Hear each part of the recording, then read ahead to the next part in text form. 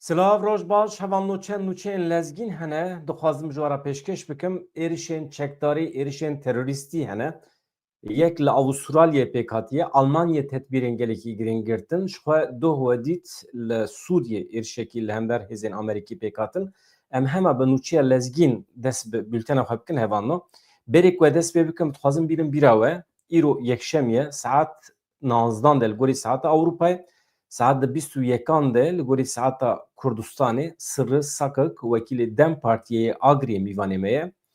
Em binêrin ka wê çawa derbas bibe. Ez ji wan rîca dikim hevanno me tenê nehêlin werin hem pirsê xwe amade bikin werin û hem jî werin tevlê me bibin ka wekîlê me Sirri Sakik wê çi bibêje. Di derbarê Sûriyê de helwesta dewleta Tirkiye derbarê Rojavayê Kurdistanê de siyaseta rojhata navîn çawa pêş dikeve. Em wekîlê xwe godar bikin em jê pirsan bipirsin. Em bidin axaftin wekîlê xwe ka ev pêvajûyek ku em di nav dane ber bê Kudirê ve diçe. Niha li rojata navîn û zanin 24 saetan carê na. Hema her saet serê her saetê guherîn û veguherîn çêdibin. Em çawa dikarin qedera xwe bi xwe tayin bikin ji kerema xwe re saet di 19 de îşev li gorî saeta Ewropayê 21 de li gorî saeta Kurdistanê Sirri Sakik li vê derê ye. Ez û hevalê xwe ronî roha eger amade be em ê pirsan jê pirsin û ez ê jî sirf pirsê we jê bikim. Baş e em bi vîya we hema dest bi meseleya xwe bikin.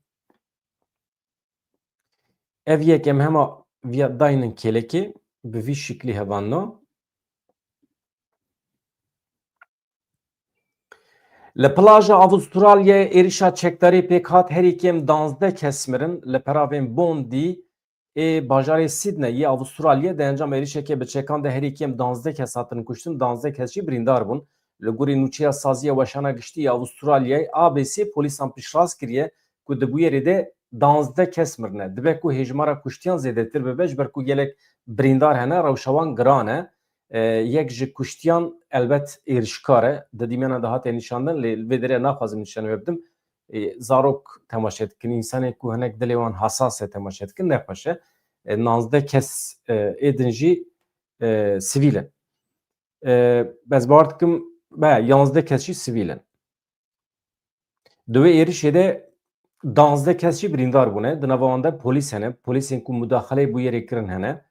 Rayedaran ragihandin ku medrsiya Gulebaranê nemaye du gumanbar hatine destê serkirin. Polîsê eyaleta New South Walesê li ser platforma X'î daxuyaniyekî belav kiriye. Du kes destê polîsan dane lê operasyona polîsan berdewam dike. Em dixwazin xelk ji herêmê dûr keve. Hevanno ev çi ye? Mesele çi ye? Cejna Cuhuyan heye. Baş em derbasê Almanyayê dibin wê derê tedbîrên gelekî cuda hatine girtin.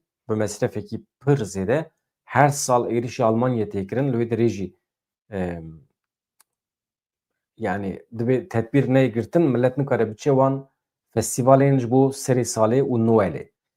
Rayedaran da zanîn ku li herêmê hinin metirsiya bombeyî heye tîmên pispor hewl didin teqemeniyekê destçêkirî bê bandor bikin. Di vê naberê de ez binêrim deng meng her tişt baş e ji ber ku ez dema li we godar nakim dengê min xirab tê. Rast e cejna Cuhiyan e li herêmê metirsiya bombeyî heye tîmên pispor hewl didin teqemeniyekê bi destan hatiye çêkirin bê bandor bikin. Êriş li bakurê Peravê li nêzîkî Parka Bondiyê di roja yekem ya cejna Hanûkahê de pêk hatiye cejna Cuhiyan e. Dihate plankirin ku li wê derê çalakiya Hanûkah li deryayê were li darxistin. Êriş kirine kîne lê bi motîfên ola İslamî ne wisa tê zanîn em nizanin kîjan rêxistine. Servîsa ambulansê ya New South Walesê 16 kes veguhestine nexweşxaneyên cuda di derbera rewşewana tenduristiyê de agahiyekî pir zelal tune ye lê dibe ku di saetên pêşme de hejmara miriyan zêdetir bibe. 25 tîmên kuçûne hawarê tîmên doktor, bijîşk, helîkopter yekîneyên taybet sewqê herêmê hatine kirin ka di aliyê siyasî de millet çi dibêje Serokwezîrê Avustralyayê derket axivî Anthony Albanese daxuyaniyek daye dibêje dîmenê li Bondiyê mirovan şok dikin dilê mirovan değişînin erê ew dîmenê ku tu dibînî birêz Anthony her roj li welatê me çêdibe em piştgiriya we dixwazin di tekoşîna li hember Daişê de di tekoşîna li hember dewleta Tirkiyê de pêdiviya milletê me bi alîkariya Avustralyayê jî heye. Em bi polîsan re dixebitin dema ku agahiyên piştrast werin divê em dixwazin bi milletê xwe re parve bikin. Hevalno divê naberê de li Amerîkayê jî 2 kes hatin kuştin di êrişekî ya ew jî êrişekê li Üniversita Brown erê. Rast e niha ew jî bi êrişekî çekdarî ye ama êrişkar nayzanin ka kî ye çawa ye lê 2 kes hatine kuştin. Rewşa birîndaran jî aniha hinek baş in hinekî wan jî xirab in. Baş e? Yani êrişkar aniha hene. Li wekî din hevando tiştekî nû ku ez ji wara bêjim di derbarê êrişa do ya li Ewê de li Şamê de ew jî ev e êrişkarê ku leşkerên Amerîkî kuştin, 2 askerên Amerîkî hatin kuştin bi tevî tercümanê wan werger ew bû 3 kes hatin kuştin doh li derdora Palmîrayê derket holê yê ku êriş kiriye hevalê colanî bixwaye bînin bîra we doh me bültenekî berfireh çêkir hevalê merex bikin bû yer çawa çêbiye çawa dikarin biçin lê temaşe bikin do bi şev yani hêzên Amerîkayê bûn hedef dema ku dewriye diyariyan tatbîqatekî eskerî pêkanî bûn bi hêzên HTŞ re cara ewle Amerîkî û hêzên HTŞ yani endamên colanî bi hevkarî bi şîrîgatî li hember terorîzmê qaşo tatbîqatekî eskerî pêk danîn çûne wê derê Palmîra derdora wê derê lê bûn hedef xefikek hatibû danîn pêşiya wan kemîn yani di wê kemînê de 2 askerên Amerîkî hatin kuştin gelek askerên hikûmeta Şamê û askerên Amerîkî jî birîndar bûn û di serda tercümanên wan jî hat kuştin cara yekê me bê qesedê derketibûn dewriya eskerî di vê naberê de qesedê jî daxuya kirin ku em li wê derê tune bûne haya me jê tune ye eger Amerîka hêzên hevpeymanê bixwaze em amade ne wekî qesedê li her koşeyê axa Sûriyê tekoşîna xwe ya li hember Daişî em bidomînin elbet bi hevkariya hêzên hevpeymaniyê. Niha hate ragihandin ku kesên ku 3 Amerîkî li Sûriyê kuştine endamekî hêzên ewlekariyê yên Sûriyê bûye. Arayedarekî ewlekariyê yê hikûmeta Vêguhêz ya li Şamê roja yekşemiyê daxuyaniyekê de Ajansa Nûşiyaniya Fransa AFP ragihand kesê ku êriş pêkanî endamekî hêzê ewlekariyê yê Şamê bûye. Li gorî Pentagonê 2 leşkerên Amerîkî û sivîlekî ku li herêma Çolê a Palmîrayê li ser erka xwe bûne roja şemî hatin kuştin êrişkar ew jî hatiye kuştin. Arayedarê ewlekariyê yê Şamê beyan kiriye ew jî balkêşe êrişkar zêdeyî 10 mehin endamekî hêzên ewlekariya giştî ya ser Wezareta Karê Navxweyê Sûriyeyê beriya ji Palmîrayê re were şandin beriya ku here wê derê wezîfe bike li çend bajaran wezîfe kiriye heta niha arayedar diyar kir ku piştî êrişî ji hêzên ewlekariya giştî 11 kes hatine binçavkirin ji ber hasasiyeta mijarê nexwest navê xwe eşkere bike. Washingtonê iddia kiribû ku Amerîkî di encama kemîna çeteyekî Daişî de hatine kuştin. Niha hevanno mesele pir zelal e. Ji vê saetê şûnva hêzên Amerîkî bi tu away nikarin bi hêzên HTŞ û hikûmeta Demkî ya Şamê re hevkarî bikin di tekoşîna li hember Daişê de. Ev êriş numûne ye. Di vê êrişê de xuya bû ku her eskerekî hikûmeta Demkî ya Şamê her hevalekî colanî müsaîd e ji bo gulebarandina ser askerên Amerîkî. Askerên Amerîkî, ên Ewropî, hêzên koalîsyonê êdî mecbûr in sirf bi qesedê re derkevin dewriyê yan jî tatbîqatan pêkbînin derkevin operasyona. Diyar bû ku elemanên derdora colanî Daişî ne, dijminê Amerîkayê ne. Amerîka nikare pişta xwe bide wan. Yani pişta xwe bide wan nayê mana berê xwe bide pişta xwe. Pişta xwe bi wan veke yani. Velhasıl hat femkirin. Kurmancî de ew mesele heye. Pişta xwe da wan yan pişta xwe bi wan vekir. Ya pişta xwe bi wan girê bide. İja bû. Ez bar dikim ew nüansa navbera wan hevokan de merov manaya wî diguhere. Pişta xwe bi wan ve girê bide. Amerikî ancak dikarin bi tevî Ewropiyan pişta xwe bi Kurdan vegirê bidin. Bi Qesedê vegirê bidin. Ew mühim e hevano. İdî derkete holê. Niha Almanya jî heye. Êrişa li ser Almanya heye.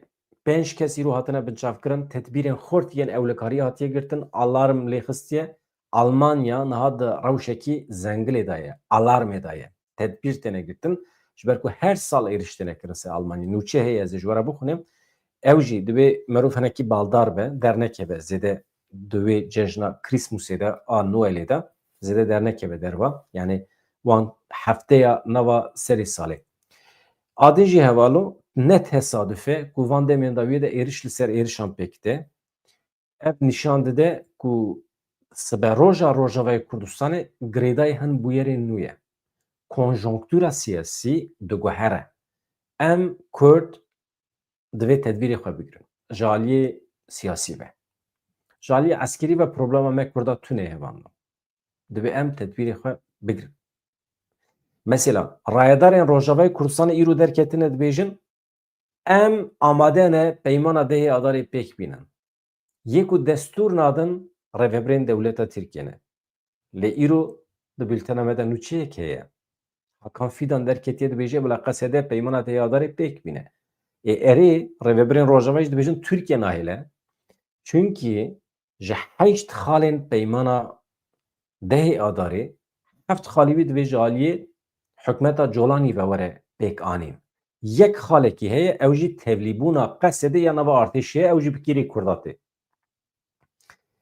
Sûriyeyeke nû ava be, artêşeke nû ava be, tevlîbûna Qesedê pêk were, lîwayekê yan jî tûmenekê yê pejê çê bibe, her derê Sûriyê bikeve bin kontrola artêşa Sûriyê ya bi pêşengiya Qesedê ma kî naxwaze?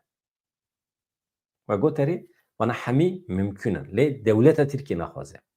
Dewleta Tirkiye dibêje ez nekevim wê pozisyonê ku qaşo kor bikim, kil bikim. Ditirsin. Ditirse guherîn çê bibe. Hakan Fidan dibêje ez çûme Amerîkayê min Donald Trump re hevdîtin pêk aniye. Qesedê wê di pozisyona xwe ya îro de nemîne. Tamam, rast e, rast e. Qesedê wê di pozisyona xwe ya îro de nemîne. Baş e. Ew di kîjan pozisyonê de be? Tirs ev e.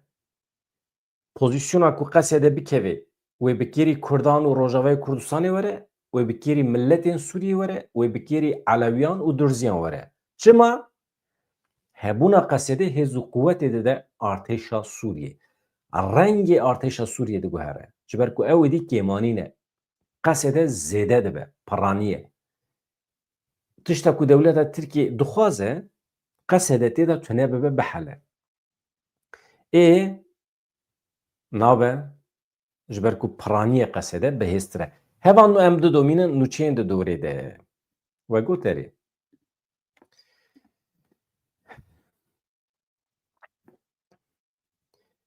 Niha me çi gotibû dorpêça li ser Şêx Mexsûd Eşrefiye her du taxên Kurdan yên li Helebê didome. Hevserokê Meclîsa Taxên Şêx Mexsûd Eşrefiye Nûrî Şêxo ragihand ku jiyan li van deveran ber bi rawestandinê ve diçe. Hevserokê Meclîsa Taxên Şêx Mexsûd Eşrefiye yê li Helebê Nûrî Şêxo bang li Raya Giştî ya Kurdistanê kir. Bang li hêzên navnetewî kir ku wan bi tenê nehêlin, piştgirî bidin milletê wan ji ber ku vê zivistanê serma seqem heye, birçîbûn heye, çûyîn û hatin kêm biye, derî li ser wan hatiye girtin. Ev mühim e. Divê mirov destûrê nede û bang li hêzên navnetewî dike. Nûrî Şêxo bersiv dide pirsên Nalîn Hesenê, ew jî peyamnerekê me a ji Rûdawê ye. Şêxo dibêje 24 îlonê dorpêça giran li ser her du taxan heye, rêyên sereke hatine girtin ji ber qutbûna mazotê bi sedan zarok ji perwerdeyiyê bê parmane, dibistan, mekteb nikarin pergala germkirinê bixebitînin, xwendekar divê zivistanê de bi serma û seqemê re rûbirû mane, vê rewşê bandorekê neyînî li ser yeganeyên nexweşxaneya li van Taha jê dike. Ya xizmetguzarî anha di xeteriyê dane. bi taybetî di meseleye tenduristiyê de pir însanên seqet hene, kêmendam hene, însanên nexweşên nava dil hene, ji wan re makîne, cihaz lazim in, elektrîk lazim e, germayî lazim e, îlaç lazim e. Yani çend saatan îlaç hene dereng bikevin însan dimirin. Ev hemî problemin hevan lo dibe hal bibe. Çawa hal dibe? Krîza nan û elektrîkê heye. Li herêmê 11 firûn hene tenê. Lê hem art tune hem jî mazot li ser wan hatiye qutkirin. Em bi zehmetiyekê pir mezin re anha rûbirûne. Peyda nabe ya, nan peyda nabe ya. Divê sal 2025 imkanên Rojavayê Kurdistanê heye lê çûn û hatina Şex Mehsûd Eşrefiye tune ye. Hevserokê Meclîsa Taxên Şex Mehsûd Eşrefiye da zanîn rewşa elektrîkê jî di asteyekê xirab daye. Rojane tenê 3 saatan elektrîka jeneratoran û ya demjimêrên elektrîka niştimanî tê dayîn. Yani elektrîka normal ya bajêr. Telefonê mala ji xwedî ji kar derketine. Şêxo dibêje tekîliya wan bi Helebê re yani bi walîtiya Helebê re qet tune ne hevdîtin didomin na tam berûva jî dibê tekîliya wan bi qet qut nebûne. Tamam. Şêxo dibêje tekîliya me ya bi walîtiya Helebê re qut nebûne hevdîtin didomin tevî ku sozên çareseriyê hatine dayîn jî heta niha tu gavekî pratîkî nehatiye avêtin. Yan xemsariyeke mezin ji aliyê hikûmeta Sûriye ve heye yan jî armancên siyasî li piştîvêyekê hene. Lê gelê me, gelê her du taxên me Şex Mehsûd Eşrefiye mecbûr in li ber xwe bidin û wekî din çare tune. Şêxo bi bîr xist ku 14 bendên rekeftina 11 Nîsanê hene yani 14 xalên peymana 1 Nîsanê. Hev temam dikin bawerin ev rekeftin bi ya 10 Adarê ve girêdayiye eger 10 Adarê were pêkanîn ew jî mecbûr êdî pêva girêdayiye. Di dawiyê de Nûrê Şêxoyî şiyarî da ku ev dorpêç wê encamê xirab bixwarabîne. Em bang li hikûmeta Sûriyê bang li raya giştî dikin. Bi taybetî em bangê raya giştî ya Kurdên li Başûr, Rojava, Rojhilat û Bakurê Kurdistanê dikin. Em bang li Kurdên li Ewropayê dikin. Van texan bi tenê nehêlin. Organizasyon lazım e. Organizasyon hevan no. Yani ez tamam ez taxa Şex Mehsûd ji bîr nakim. Têrê nake. Komele saziyên me êl Ewropayê dibên nava hereketê de bin. Yani tu çîl wan taxan Şex Mehsûd Eşrefiye meş didî çêkirin. Yani dibe wisa yani. Wan însanan şuna ku tu wan însanan rakî meş û mîtîng bi wan bidî çêkirin hinekî zikê wan têrke ya. Nan û av bide organizasyonekî pêk bîne. Bana hemî problemin hevadino. Ya problema me a Kurdan a organizasyonê heye. Dewleta Tirkiye dixwaze vê mekanîzmaya me ji holê rake. İnsanê me bê serûber bijîn. Hat fehm kirin. Dewleta Tirkiye tenê çekdanînê li ser me ferz nake. Pergala me, rêxistinbûna me temamî dixwaze ji holê rake. Problem ev e derdê me bi dewleta Tirkiye re. Ka em goh bidin Hakan Fidan çi dibêje? Wezîrê Karê Derve Tirkiye Hakan Fidan behsa rewşa Sûriyê, behsa Hêzên Sûriya Demokratîk Qesedê û behsa pêvajoya nû ya li Tirkiyeyê kir. Hakan Fidan diyar kir ku Serokwezîrê İsraîlê Benyamin Netanyahu û tîma wî di nav hewldana şekildayîna herêmê dane û got İsraîl polîtîkayekî dimeşîne ku ewlehiya xwe li ser bêewlehiya kesên din ava dike. Qesede cesaretê ji İsraîlê werdigire. Mümkün e. Carnan Hakan Fidan jî rast axife. Hakan Fidan balkişan ser wê rewşê ku Qesede û Sûriye gelo Qesede cesaretê ji İsraîlê werdigire. Erê dibe teqez muheqqaq jê werdigire cesaretê. Fidan iddia kir ku Qesede tu carî bi muxalefetê re li dijî Esad tev negeriyaye. Meseleya neçûna Esad ne tenê daxwaza Rusya İraniyan bû. İsraîliyan jî nedixwast Esad biçe. Peymana 10 Adarê divê alî erkên xwe bi cih bîne. Yani divê her du alî jî erkên xwe bi cih bînin 10 Adarê. Di mesela İsraîl û Qesedê de hevan da. Hakan Fidan dibêje Qesedê cesaretê ji İsraîlê digire. Mesela merû ji Hakan Fidan bipirse. Çima pêdiviya Qesedê bi cesaretê heye. Mesela ji kî bitirse. Ne ku cesaret ji kî digire. Ya mühim Qesedê ji kê ditirse. ji devleta Tirkiye ne pirsa ku divê Hakan Fîdan ji xwe bike ev e.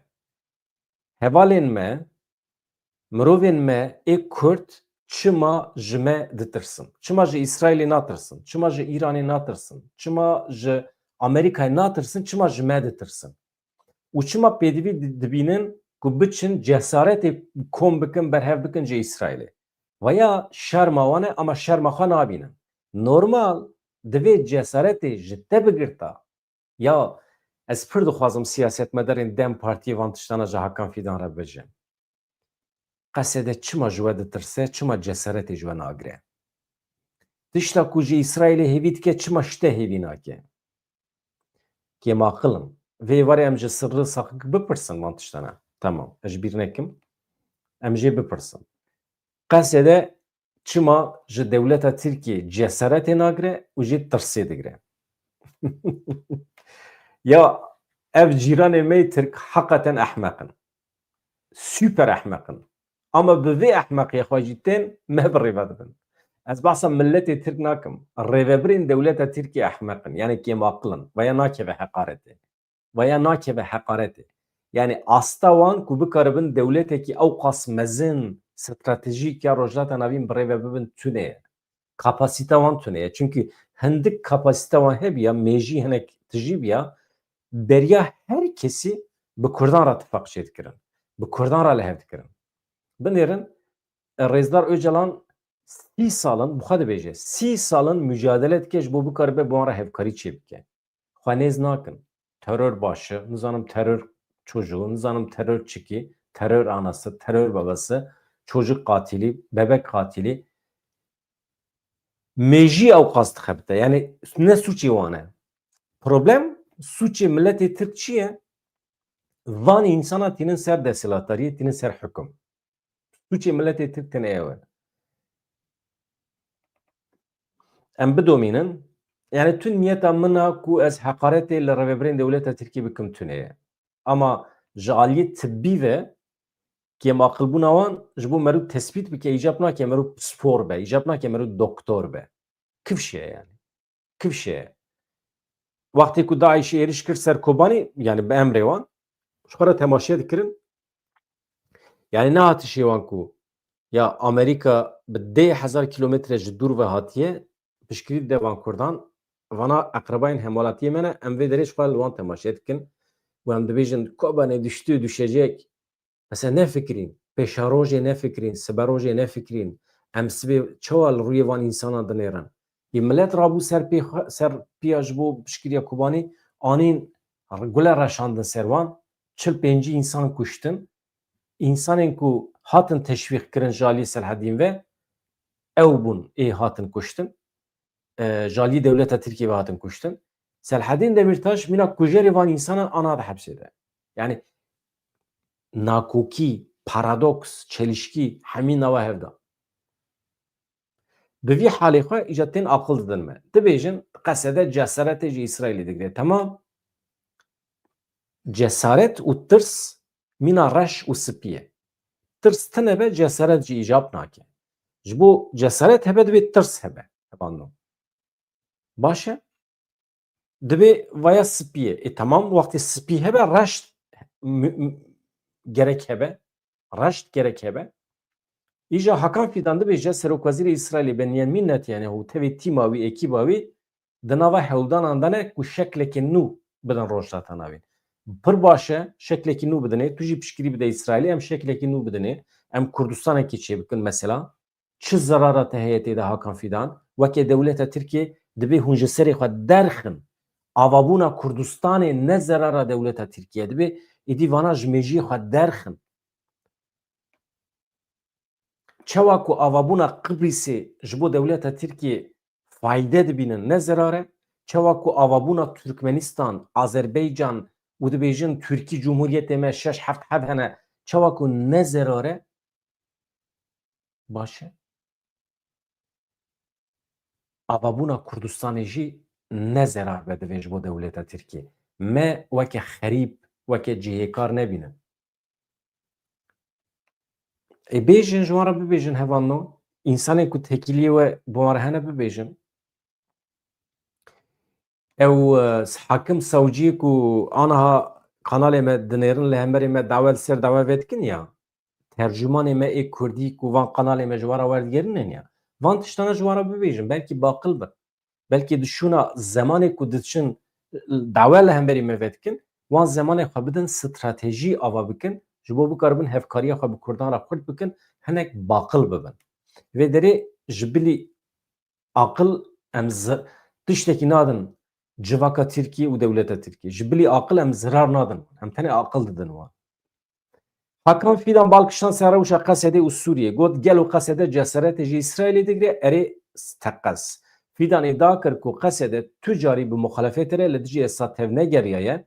Meseleya neçune Esad ne teni da fazla Rusya u İranyan bu. İsrailyan jî netxwaz Esad biçe. Ez hema zûd zûd xwînim fidan diyar kir ku êdî dîtineke cuda ya rêveberiya Trump heye. Dîtineke cuda ya siyaseta Amerîkayê heye li ser siberoja Sûriyê. Niha li vê derê divê qesede dev ji ciyê ku lê rawestiye berde. Yani divê qesede pozisyona ku îro di nav da ye biguherîne.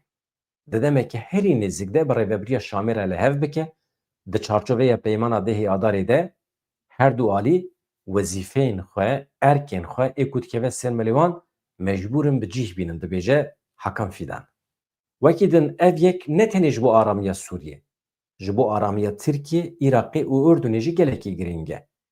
Anî ziman ku ew niha pêvajoya di navbera Rêveberiya Qesedê û Sûriyê de bi diyalog û aştiyê çareser dibe, dibê baweriya me pê heye. Mesela hevanno çima Hakan Fidan bahsa aramiya Tirkiye, Iraq û Urdunê dike, çima bahsa aramiya Kurdan nake. Mesela siberoja gurt Kurdan garantiya wan statûan em tiştê wisa hêvî dikin. Kesî neçûye êrişê Ürdünê nekiriye. Aramiya Iraqê, Ürdünê eleqa wî bi Qesedê tune ye. Qesedê tevlî artêşê bibe çi nebe çi. Çi eleqa wî bi Iraq û Ürdün heye. Hakan Fidan divê derê de jî xwedî siyasetekî şaş e.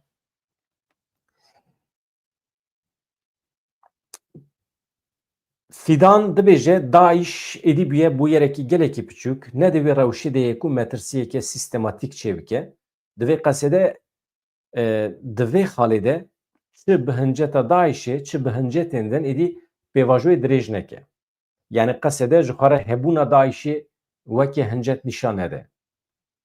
û here tevlî artêşê bibe û vê meselê xilas ke. Ez binê vê yekî xêz bikim. Li vê derê tenê mijarekê tekildarê Ewlehiya Sûriye ye, ev mijarekê tekildarê Tirkiye ye. Baskên PKK yên li vê derê pêvajoyek û PKK niha bi Tirkiye re dimeşîne heye, biryara xwe fesehkirinê heye. Yani qesede û hêzên din dibe baskên PKK yên li Sûriyê ne. Çawa ku PKK xwe feseh kiriye, divê ev baskê wê jî xwe tune bikin. Biryara xwe fesehkirinê niha ji aliyê PKK ve hatiye girtin. Em dixwazin bandora vê biryarê ne tenê di nava sînorê xwe de, li dervê sînorê xwe jî bibîne.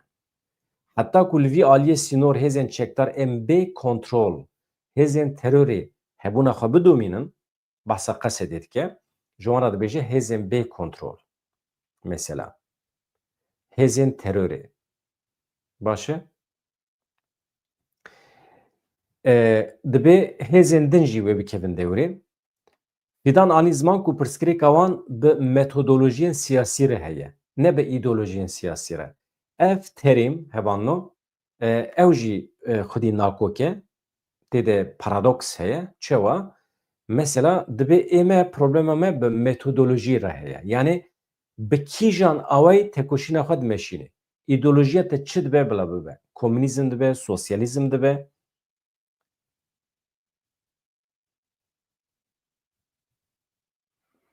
Tamam.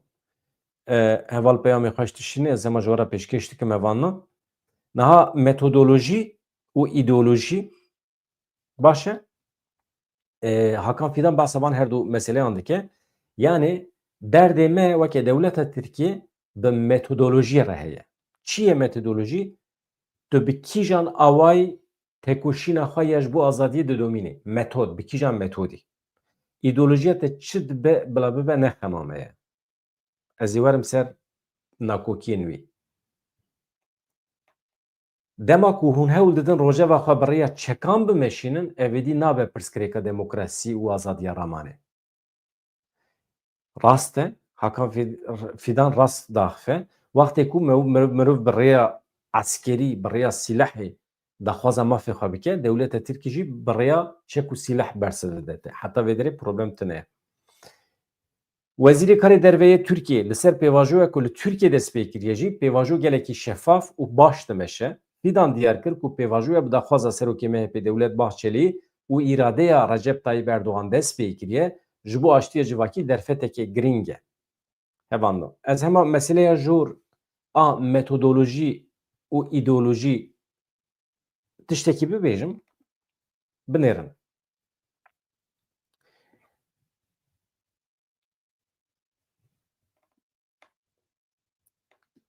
Niha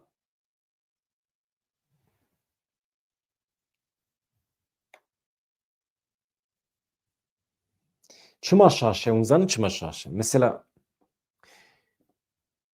bala min çû ser peyama hevalekî na ev şîroveyekî nerast e çima li Tirkiye bi hezara însan hene nizanin çek bikarbînin. Di jiyana xwe de destê xwe nedane çek û sîleh wekê min ji ber ku em antî-milîtarîstin ew piraniya wan niha di zîndanan dane. Mesela Hakan Fidan behsa metodolojiyê dike. Ev însanên di zîndanan de metoda bikaranîna çek û sîleh pêkanîne ew metod bikar neanîne ama dîsa jî di hepsê dane. Baş e? Siyasetmedarên Kurd rojnameger di hepsê de hene? Hene. Rewşenbîrên Kurd bi giştî ya ji ber pirtûkê xwe ya ji ber nivîsê xwe ya ji ber fikrên xwe di hepsê de hene? Hene. Tenê ji Kurdan? Na. Mesela Osman Kavala eleqa wî bi doza Kurdan tune ye ama di hepsê de ye. Mêrik emrê xwe de destê xwe nedaye sîleh. Cana Talayê wekîlê Partiya Karkeran a Tirkiye ji Hatayê hatiye hilbijartin wekîlê jî di hepsê de ye. Mêrik emrê xwe de destê xwe nedaye sîleh. Nizane sîleh çi ye? Avukat e. Hatiye hilbijartin ama di hepsê de ye. Hakan Fidan metodolojiya ku tu behs dikî derew e. Ji xelkê re nikarî derewa bikî. Wezîrê Karê Derveyê Tirkiyê divê tu rast baxivî. Divê tu bibêjî dewleta me îdeolojî jî red dike, metodolojî jî red dike, azadiya fikr û ramanê jî red dike. Tu sîleh bikarbînî jî bikar neyînî jî. Tu yê bikevî hepsê. Çendik û çend însanên me bê ku bikevin hepsê hatine înfaskirin, hatine kuştin. Bê ku çek bikarbînin. Niha Enver Aysever rojnamevanekî Tirkiyeyî ye. Îro di hepsê de ye. Merdan Yanardağ di hepsê de ye. Wana çek bikartînin. Na. Ha. Di vê derê de wextê ku Hakan Fidan dibêje derdê me bi ew re heye metodolojiyê re şaş e hevanda. Rast nabêje. Ez bar dikim ew qas tamam. Niha xîtabê ew ê dike xîtabê PKK jî dike Hakan Fidan. Ez hema zû ji were bixwînim. Wezîrê Karê Derveyê Tirkiye li ser pêvajoya ku hatiye destpêkirin got niha xîtabê PKK dike hûn zanin çi dibêje?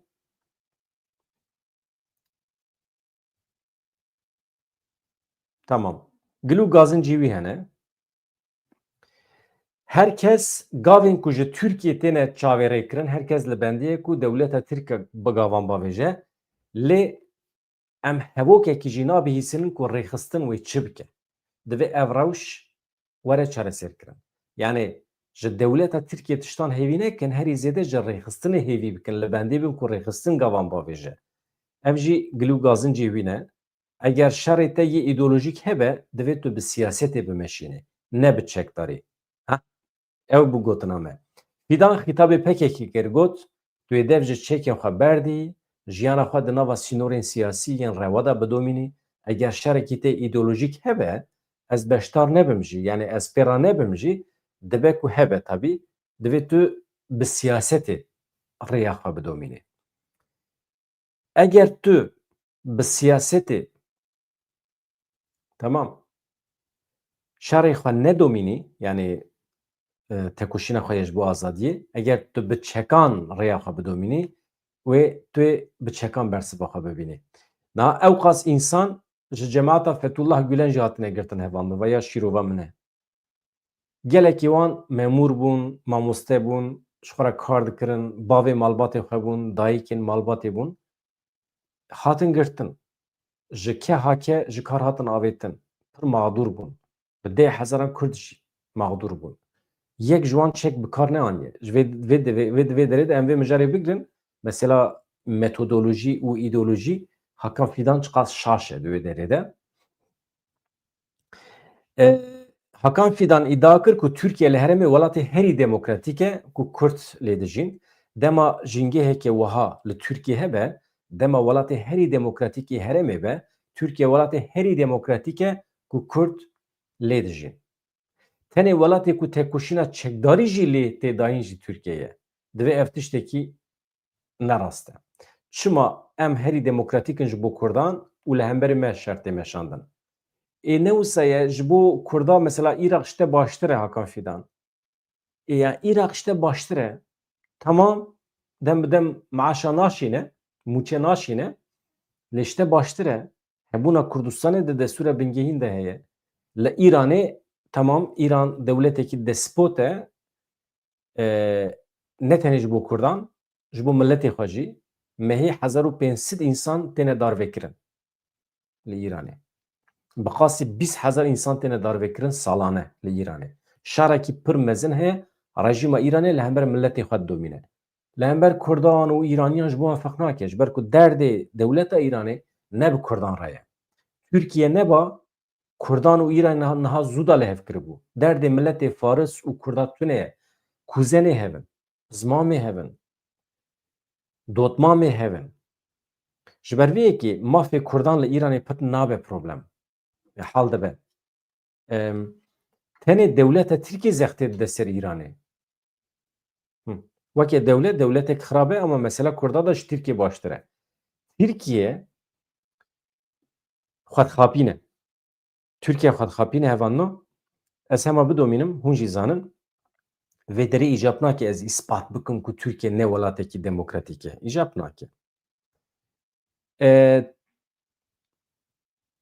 Mesela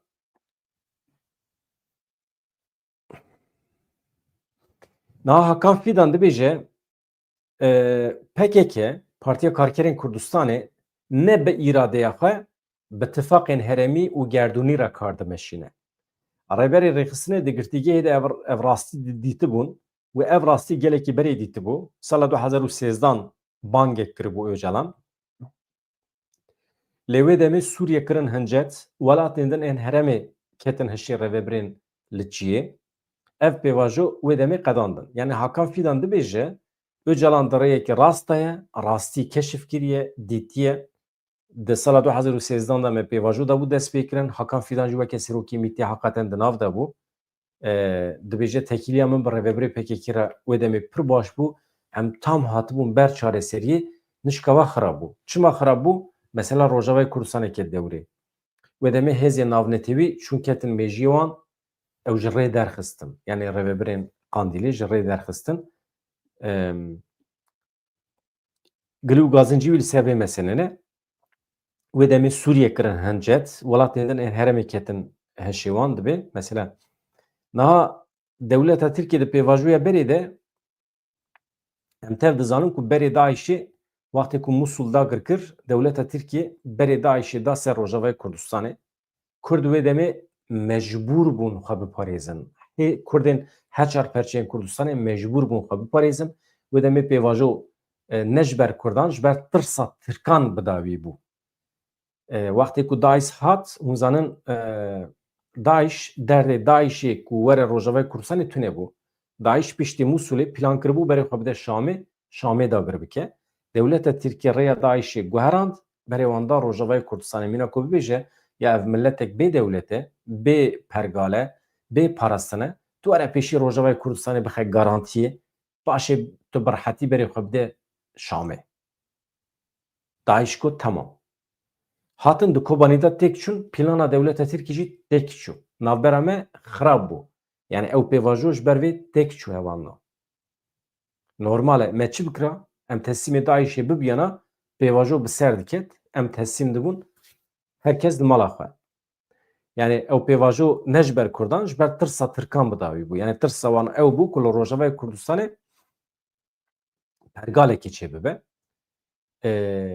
Li Bakur jî hûn zanin bi pêşengiya Selhedîn Demirtaş figen yüksek da û hevalê wî tev rêjeya dengê wan gelekî bilind bû. Tirsa dewletê yek jî ew bû. HDP hakikaten pir pêş ket. Çû heta sedî sêzde çarde.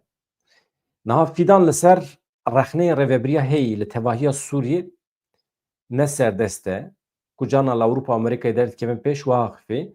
Yani dibêje rêveberiya heyî li tevahiya Sûriyê ne serdest e. Mesela fîgan heq dide xwe ku li ser navê rêveberiya Sûriyê biaxife. Rexne çi ye? Colanî hikûmeta xwe nikarin serdest bibin li ser tevahiya Sûriyê. Normal e rexnekî ye. Dibêje wekî bersiv em difikirin ku Sûriye ev yek bi piranî temam kiriye. Niha li heremên dibin kontrola Qesedê de qada pirsgirêkê heye. Yani Colanî hekîmiyeta xwe li temamê Sûriyê îlan kiriye tenê herema Qesedê maye.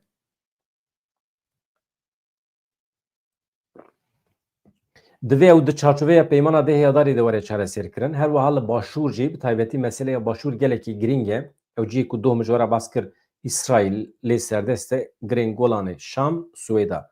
Basa wê navberê dike. Devera herî xeter ew e. Li Başûr bi taybetî meseleya Başûr muhîm e. Niha dibe ku qada me ya riskê ya herî mezin ew be. Ne ji ber ku pirsgirêka li Başûr bi tena serê xwe rîskekî gelekî mezin çê dike. Ew jî mijarekê ku dikare were bi rêvebirin dibe. Ji ber ku İsraîl müdaxalê wê derê kiriye qadeke riskê derketiye holê lazim e ev qada riskê gelekî baş were kontrol kirin bi rêvebirin. Çimkî dikare riskên mezintir bixware bîne ev jî mijareke ku em ji nêzik ve dişopînin. Hevan niha meseleya petrolê heye pir muhîm e. Ez dixwazim hûn vê nûçê godar bikin. Axa me welwelî kirine. Wezîrê Enerjî û Çavkaniyê Xwezayî yê Tirkiye ragihand ku petrola çiyê Gabarê a Şirnaxê bajarê me Şirnaxê kiriye parêzgeha ku herî zêde petrol lê tê hilberîn jê tê derxistin. Wezîrê Enerjî û Çavkaniyê Xwezayî Tirkiye Alparslan Bayraktar da zanîn piştî Şirnaxê bi rêbaza nû ya hilberînê ya derxistina petrolê dor tê Amedê. Alparslan Bayraktar li Parlamentoya Tirkiye çi got? Bi bîr xist ku yêdeka herî mezin a petrolê li çiyê Gabarê ê Şirnaxê hatiye dîtin. Îro li Gabarê derxistina petrolê hilberîna rojane 81,000 bermîl derbas kiriye. Ji bo zêdetir 3500 ciwanan derfeta kar hatiye afirandin. Piraniya wan xelkê Şirnaxê ye. Me rû çawa formûlê bike nizan. Dewleta Tirkiye di xebatên tecavûzkirina xaka Kurdistanê de îş dide gencên Kurdan. û vê yekê jî weke lütf, weke diyarî nîşanê me dide. Tê tecavûzê axa me dike, di xebatên tecavûzê de îş dide ciwanên me, dibe min 3500 însanê we girtiye kar. Yaw tu dewletî tu mecbûrî rê bidî karsazên me ku werin cem me îş peyda bikin. Ciyên îstihdamê çê bikin. Xortê me bidin xebitandinê. Ji ber ku te terör meşand bi salan li herêma me îş çê nebû. Karsaz nehatin wê derê. Îja îro tu radibî xebitandina 3500 ciwanê me ê di derxistina petrolê de weke lütf nîşanê me dide. Em vê yekê qebûl nakin. Alparslan Bayraktar di derbarê xebatên lêgerîna petrolê yê li Amedê de jî axivî da zanîn, divan xebatên li Amedê de em bawerin yêdekeke girîng ya petrola latan heye ku dikare bi rêya sondajê were hilberîn. Wezareta Enerjî ya Çavkaniyê Xwezayî ya Tirkiye ragihand di 5 mehên destpêkê yê îsal de 41 milyon bermîl yêdeka petrola xav li seranserê Tirkiye û Bakurê Kurdistanê hatiye dîtin. Ev rêjeyekî bilind e. Hatibû diyarkirin 24 milyon bermîl petrol tenê li ser sînorê Amedê heye. Ev dike ji sedî 58 tevahiya yêdekên petrolê yên hatine dîtin. li seranserê Tirkiye vanno çiqas petrol hatibe dîtin ji sedî şêstê wî li Bakurê Kurdistanê li Amedê. Ev dike ji sedî Wezaretê dabû zanîn ku li Amedê 307 bîrên petrolê yên çalak hene. Li gelek deveran hevan mesela hûn zanin Remelan ku dirê Remelan li Rojavayê Kurdistanê ye. Dêrikê ye Qamişlo navbera ew deriyê Sêmalka li wan dera Remelan heye bîrên petrolê hene li wê derê cî ku petrol pir derdikeve. Ew erd û erdê Silopî Cîzrê aynı erd e. Navbera wan da Sil Dîcle derbas dibe. Avekê derbas dibe. Baş e?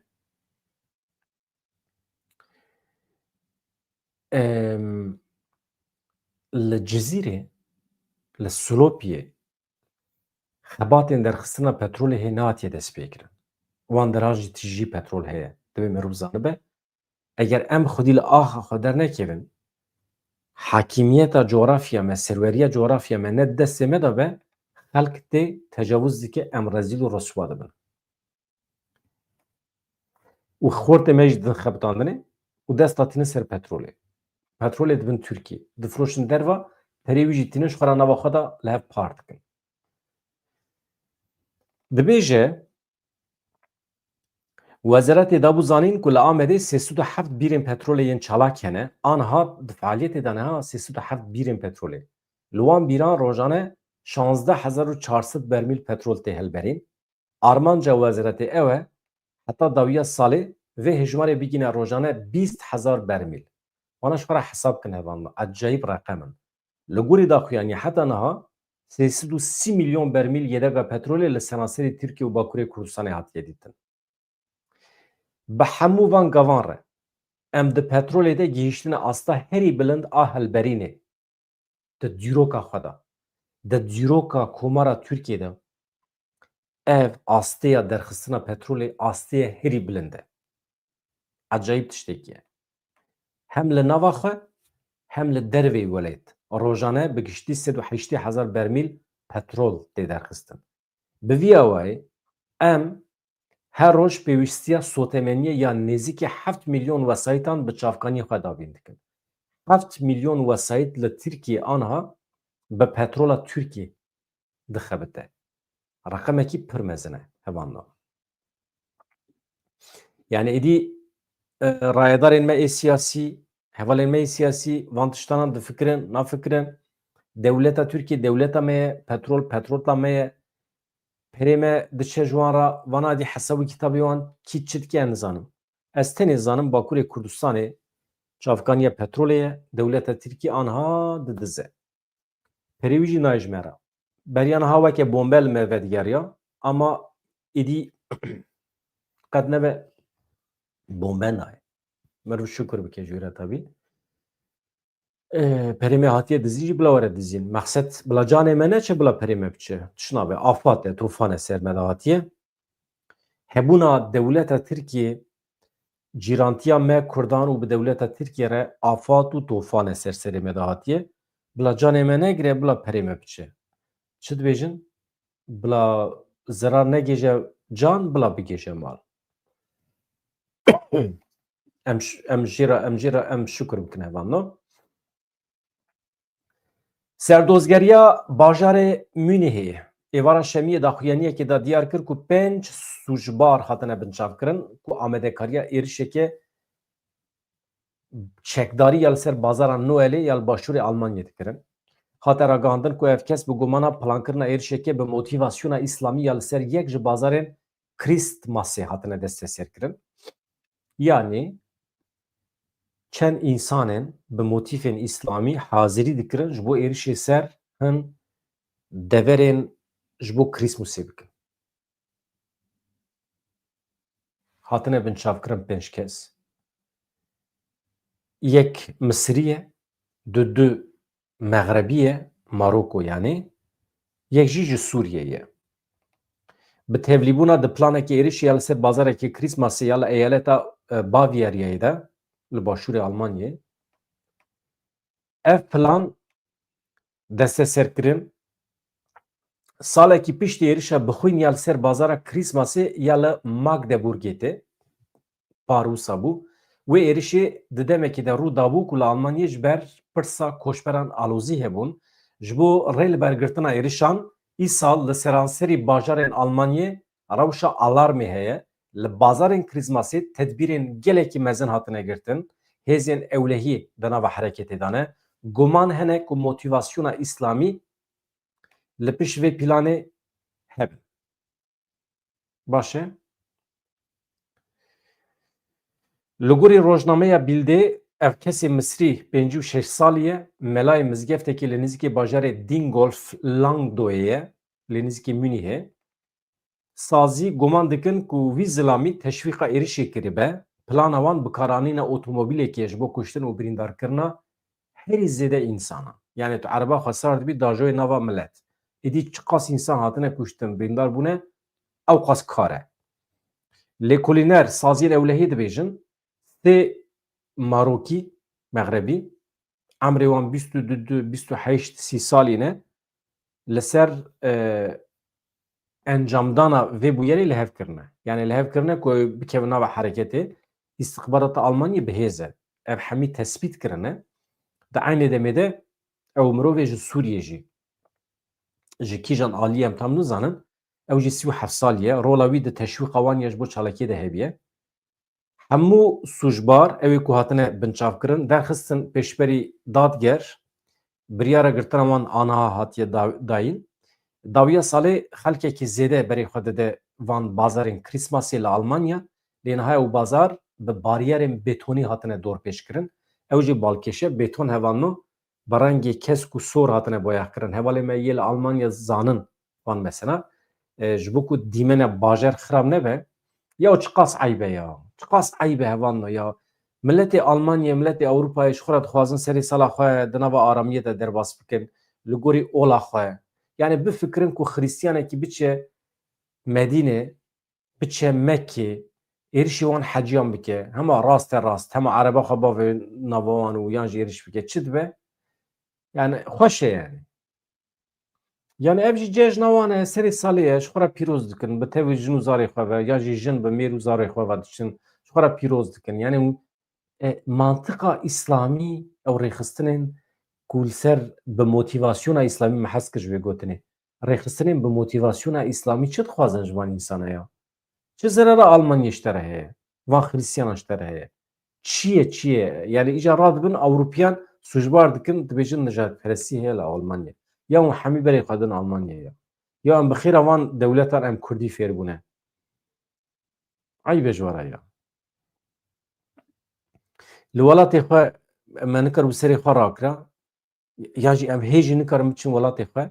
Em li welatê xelkê ziman fêr dibin. Em saziyê xwe vedikin, stûdyoya xwe vedikin, televizyonê xwe vedikin.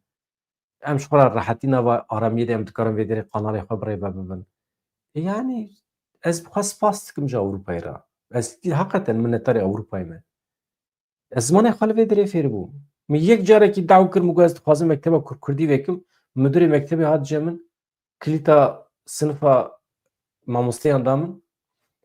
Got tu li vê mekteba me tu şagird î ama tu dixwazî bibî mamosteyê Kurdî aş te re kilîta odeya mamosteyan makîna fotokopî emrê te de ye. Mekteb hemî emrê te de ye. Heta nîvê şevê tu vê derê çi dikî bike mekteba te ye.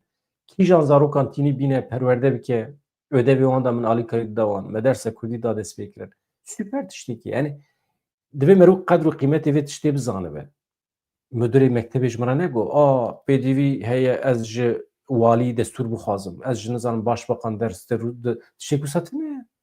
Müdürê mektebê me çî kir? Me name şand ji hemî malbatên Kurdan re xatin zarokê xwe anîn. Ew jî me çawa ew xapandin? Me malbatê Kurd xapandin ji bo zarokê xwe bişînin. Me got hevando zarokê we diçin mektebên seretayî ez ê alîkarî bidim ji bo çêkirina ödevê wan. Di vê navberê de ez ê Kurdî jî fêrê wan bikim. Ez ê coğrafya Kurdistanê, dîroka Kurdistanê, zimanê Kurdî fêrê wan bikim ama di bera jî ez ê ödevê wan çêkim. Fransî. Malbatan mantiqî tê ku baş e. Qet nebe zarokê me biçin cem bedran ev ödevi wan jî bide çêkirin. Kî zarar kir? Kesî zarar nekir. Her kesî qezenç kir. Heh. Lê saziyên me xwedî li vê projê derneketin li her bajarê Ewropayê çênekirin. İmkan hebû çênekirin. Saziyên Ewropî imkan didin ama tu pêr eleqedar nabî. Çi dikî? Çakêtê xwe li xwe dikin tên wan komeleyan sumilê xwe berdin cixare ser cixare dikişînin çayê ser çayê vedixwin marîfeta wan ku bikaribin dibistanên Kurdî vekên hûn zanin çendik û çend hezar gencên me li zanîngehê Ewropayê diçin mekterê Ewropiya nava wan da yekîtî heye tune sazî û dezgehê wan heye tune mektebê wan hene tune enstitûyî çêkirine van zarokan çênekirine masaya Kurdolojî jî tune qet tiştekî tune çênekirine çê nakin pergal organizasyona ku ez dibêjim ev e hevan hevanno sala borî li bazara Krîsmasî ya li bajarê Magdeburgê kesekî bi otomobîla xwe di nava bazarê de geriya bû teqandibû ji ber mesrefa zêde ya ewlehiyê li hin bajaran bazarekî neşopî venebûn ve ya heqeten şerma mirovahiyê ye ji ber ku tedbîrên ewlekariyê ew qasa mesrefekî mezin dixwaze li hin bajarên Almanyê ev adet neşopî çênebû 3 milyon kes çûbûn serdana zêdetirê 7,000 bazarên Krîsmasê li Almanyê. Bi qasî 4 milyar euro pere ketibû kasa wan ewa. Ew cê şahî lê çêdibe, cê bazarê. Ev jî tê wê manê ku her însanekî 25 euro muheqaq mesref kiriye. Hevan ji min ew qas eger we eciban dibe biecîbînin. Hevalê me dod gotin eger hûn like bikin êdî ev îşarete qelbe çi ye nizanim like bikin ji bo ku ev banda me biçe pêşiya her kesî. Ez ji wan rîca dikim bibin abone katil butonu heye li wê derê vekin awî jî em bixin faaliyetê. Hevalên me bi me re dixebitin gelek heval hene ana me re dixebitin mala wan ava